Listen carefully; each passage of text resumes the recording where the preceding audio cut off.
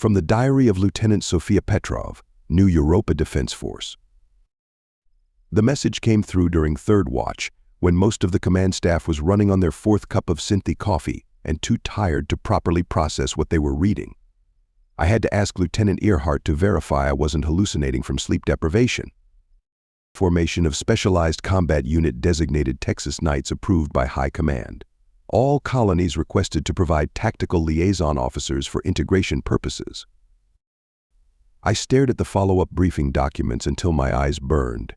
Energy swords.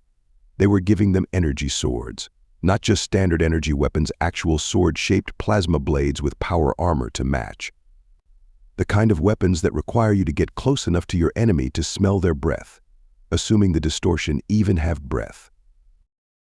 The Texan colonial regiments were already notorious across human space. Last year, during the Battle of Proxima, a single Texan corvette crew managed to capture an alien dreadnought using modified tractor beams they jury-rigged into what they called a space lasso. The footage went viral across the colonial networks. High Command tried to classify it, not because it was a tactical secret, but because other units kept trying to replicate the maneuver. 3 ships were lost to unauthorized experimental tractor beam configurations before they managed to contain the footage. And now someone was giving them energy swords. I filed my official response, noting my concerns about the tactical viability of melee combat in space warfare. The reply came back within hours, signed by Admiral Earhart herself. Conventional weapons proving ineffective against distortion shield technology. Unconventional solutions required. Texas Knights program proceeds as planned. That evening, I watched the first transport of Texan volunteers arrive at our staging area. They descended from their ship in formation, power armor gleaming under the station's lights. Their commanding officer, Captain Popestar Spur Ramstein, stopped to help a maintenance bot that had tipped over, setting it right with surprising gentleness for someone wearing 2 tons of combat armor. Despite myself, I found I couldn't entirely suppress a hint of admiration. There was something almost mythological about them, knights of old reborn in steel and starlight, ready to charge into battle against monsters from beyond known space. Then one of them tried to figure out how to tip his power armor's helmet like a hat, nearly fell over, and the moment was somewhat ruined. Later, during the initial briefing, I tried explaining proper military protocols to Captain Ramstein. He listened patiently, nodded at all the right moments, and then proceeded to completely ignore every single regulation as he outlined his unit's planned combat doctrine. The thing about the distortion, he drawled, gesturing at the tactical display with an armored hand, is they've got all these fancy energy shields and phase technology. They're expecting us to fight smart, so we're going to do something completely different. "You're going to fight stupid?" I asked, unable to keep the sarcasm from my voice. "Not stupid, madam," he replied with a grin that shouldn't have been as confident as it was. "We're going to fight Texan." I left the briefing with a headache and a growing sense of doom. The distortion had already taken 3 major colony systems. Their technology was centuries ahead of ours. Their tactics defied conventional analysis. And humanity's response was to deploy space cowboys with plasma swords. That night, I added a note to my personal log: either this is going to be humanity's most embarrassing defeat, or the distortion are about to learn why Earth historians still talk about the Alamo. God help us all, if it's the latter, the Texans will be absolutely insufferable. As I watched the Knights running their first zero-G sword drills, I couldn't shake the feeling that the galaxy was about to change forever. I just wasn't sure if it would be through military defeat or death by cultural exposure to aggressive Texan enthusiasm. One thing was certain: there wouldn't be any aliens left to fight. Either the distortion would wipe us out, or the Texans would drive them to the edges of known space through sheer force of personality. I requested a transfer that evening. It was denied with a personal note from Admiral Earhart: someone has to keep them from painting longhorns on their power armor. Too late, Admiral. Too late by far. From the diary of Lieutenant Sofia Petrov, New Europa Defense Force. 3 weeks into my assignment as liaison to the Texas Knights, I've learned several important things. First, it is technically possible to modify power armor to accommodate a cowboy hat, though it shouldn't be. Second, Texans have an alarming talent for turning any technology into an improvised weapon. And third, Despite everything logic tells me, their ridiculous tactics are starting to make a twisted kind of sense. Captain Pope Ramstein runs his briefings like no commander I've ever seen. While other officers pore over tactical simulations and fleet formations, he tells stories. Ancient battles fought on Earth centuries ago, translated into void warfare with a casualness that makes senior strategists twitch. The thing about the Alamo, he explained during yesterday's combat prep, wasn't that it was a defeat. It was that it forced the enemy to show their hand. He gestured at the holographic display of the distortion fleet movements. They're expecting us to fight like proper military folk. That's why they keep winning. With all due respect, Captain, I interjected, proper military doctrine exists for a reason. You can't just. I stopped as he pulled up the casualty figures from the last 3 major engagements. Doctrine's killing us, madam, he said quietly. All traces of his usual easy manner gone. We're fighting their way, by their rules. Time to change the game. The Texas Knights have developed their own combat terminology. They don't retreat, they pull a Houston. They don't advance, they remember Goliad. Each maneuver is named for some piece of Texas history I only half understand, but the Knights move like they were born knowing these patterns. Their chief engineer, Bobby Earhart, no relation to the Admiral, I checked, has modified their energy swords to leave trails of blue and white energy, like the Texas flag. I tried explaining that this makes them more visible to enemy targeting systems. She responded by demonstrating how the ionized particles interfere with distortion sensor arrays. Somehow, they'd turned a purely aesthetic choice into a tactical advantage. Yesterday, during our final training exercise, I watched Captain Ramstein lead his Knights through what he called the San Jacinto Special. On paper, it looked like suicide charging straight at a superior force with minimal cover. In practice, the coordinated sword patterns created an energy field that disrupted enemy targeting while allowing our own forces to slip through their defenses. It shouldn't have worked. The physics makes no sense. We ran the simulations 10 times, and they succeeded in 9 of them. The 10th time Ramstein grinned when I asked, "Well, madam, sometimes you've got to lose a battle to win a war." I've stopped trying to make them follow standard protocols. How do you enforce military regulations on a unit that treats physics like polite suggestions? Their battle plans read like historical reenactments mixed with advanced theoretical physics. Half their tactical commands aren't even proper military terminology, though I draw the line at accepting "yee-haw" as an official order. This morning we received word that the distortion fleet has been spotted moving toward the Epsilon sector. The Texas Knights will be deployed for their first real combat mission. As I watched them prepare, checking each other's armor and weapons with meticulous care that belied their casual attitude, I realized something unsettling.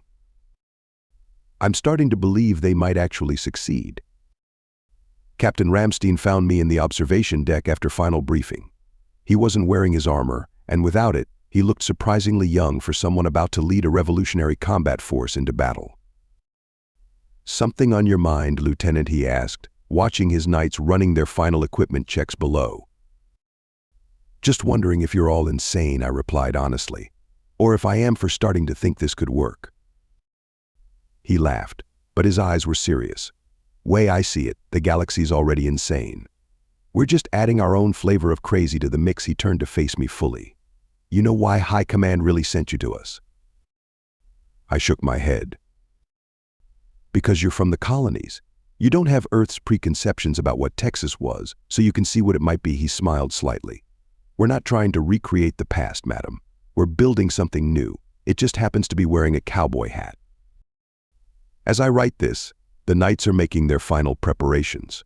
Their armor gleams under the hangar lights, each suit personalized but moving in perfect unison. They look like something out of legend, if those legends had been written by someone with an advanced degree in quantum mechanics and an unhealthy fascination with frontier history. Tomorrow we face the distortion. God help us all. Postscript: Captain Ramstein just submitted his final battle plan. He's named the opening maneuver the Alamo Special. When I pointed out that the Alamo ended in defeat, he just smiled and said, "That's what the distortion will think too." I'm beginning to understand why the Admiral denied my transfer request. Someone has to be here to document this madness. I just hope I live to finish the story. Some days later. From the diary of Lieutenant Sofia Petrov, New Europa Defense Force. The first major engagement between the Texas Knights and the Distortion Fleet happened yesterday. I've spent 18 hours trying to write this report, and I still can't find the proper military terminology to describe what I witnessed. How do you formally document what can only be called a cosmic square dance of death? It started conventionally enough. The Distortion Fleet emerged from their phase space exactly where our intelligence suggested they would.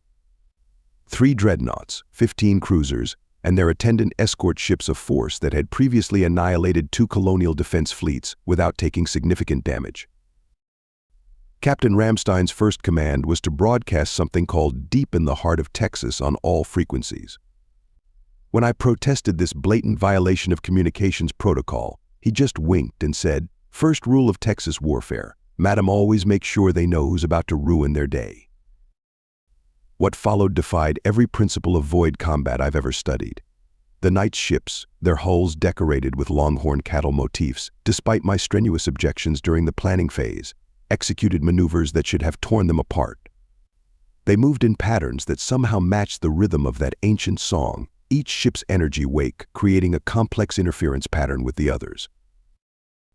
"It ain't about breaking the laws of physics," Ramstein explained as we watched the first wave engage. "It's about convincing them to make an exception for us." I observed in stunned silence as Night Teams Alpha through Delta, designated as the Square Dance Squadron in official communications, performed what Ramstein called an allemande left around the lead dreadnought. Their energy sword trails created a lattice of quantum disruption that caused the Distortion's phase shields to fluctuate wildly. The aliens responded with their standard tactics: precise, geometrically perfect formations designed to maximize their technological advantage. Against any other human force, it would have been devastatingly effective. Against the Texas Knights, it was like trying to play chess with someone who had decided the pieces could do do. "Watch this," Ramstein said with entirely too much enthusiasm. "Lieutenant Garcia, time for the quick draw." What happened next will likely be studied in military academies for generations, though I suspect the physicists will be arguing about whether it was actually possible until the heat death of the universe. Lieutenant Maria Garcia, piloting a modified Striker craft, executed what she later described as just a little trick I learned from my abuela. Her ship's energy sword deployed and sliced through an enemy cruiser's command section faster than the Distortion's weapons could track. The alien vessel, apparently as confused as I was, simply powered down and drifted away from the battle. The Knights cheered over the comm channel. I think I heard someone play a fiddle. Did that ship just give up? I asked, not quite believing my eyes. "Sometimes," Ramstein replied with a grin, "you just gotta show them you're crazier than they are."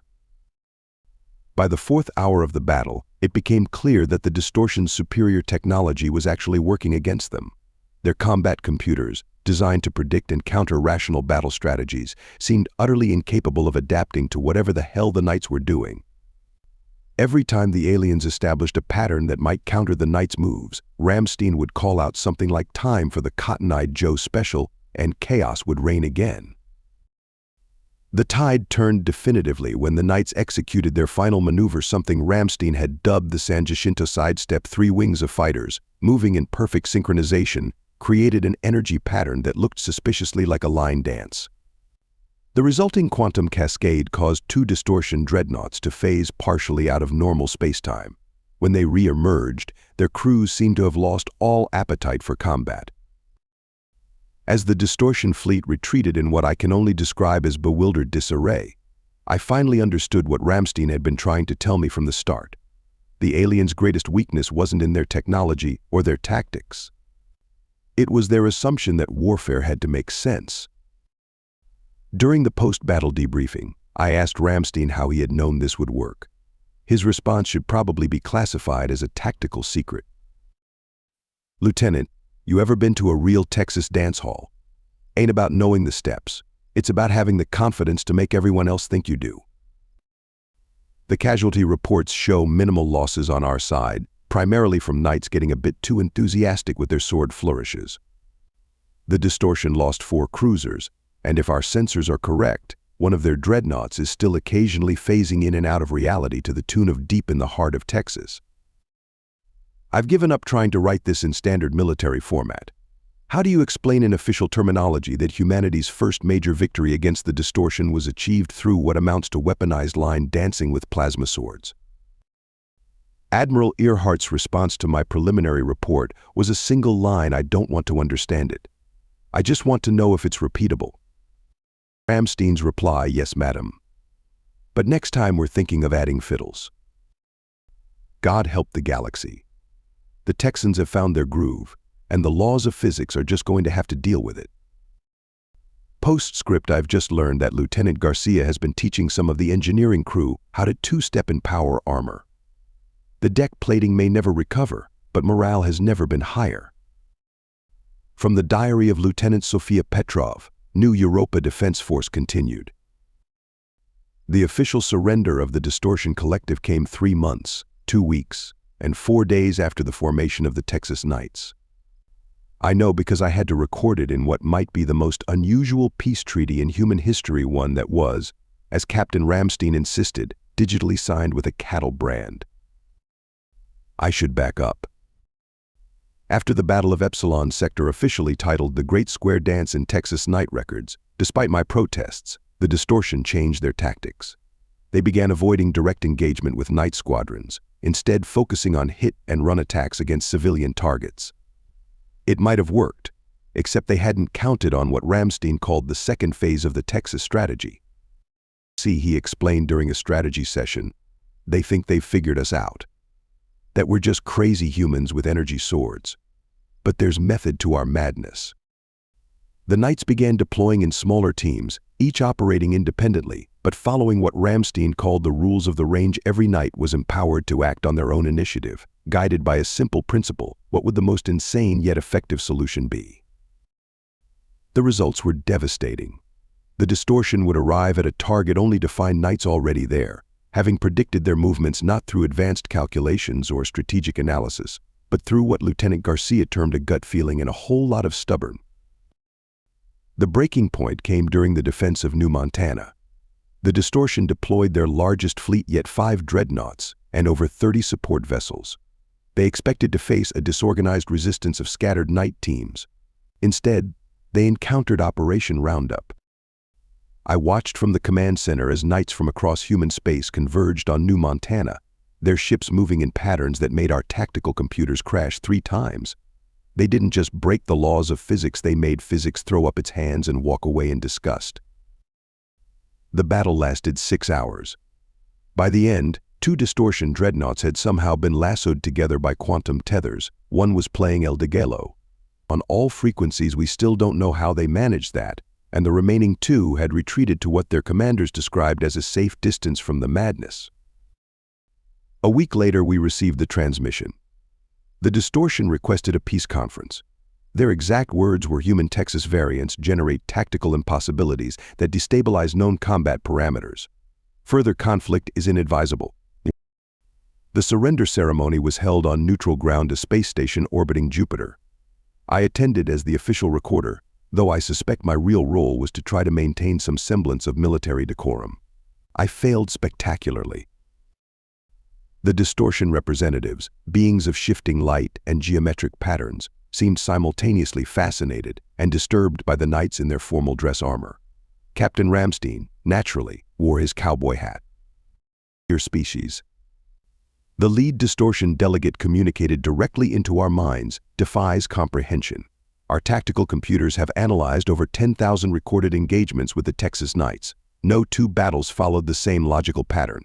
No maneuver was predictable. How is this possible? Ramstein smiled. Well, now, why all are trying to find sense where there ain't none to be found. Sometimes the best strategy is to be exactly as crazy as the situation demands. The surrender document included several unique provisions. The Distortion agreed to withdraw from human space and establish diplomatic relations. In return, they requested that the Texas Knights provide a comprehensive explanation of their combat doctrine. Ramstein handed them a copy of Texas history and a guide to country western dancing. "That's all you're getting," he said with a grin. "Some things you just have to figure out for yourself." The ceremony concluded with what Ramstein insisted was a vital diplomatic tradition of barbecue. the site of distortion entities attempting to manipulate physical food with their non-Euclidean appendages, while Ramstein taught them to two-step will stay with me forever. As I write this final entry, I'm watching several distortion diplomats attempt to learn the Cotton Eye Joe. They're actually getting quite good at it, though their phase-shifting tendency makes partner dancing somewhat challenging.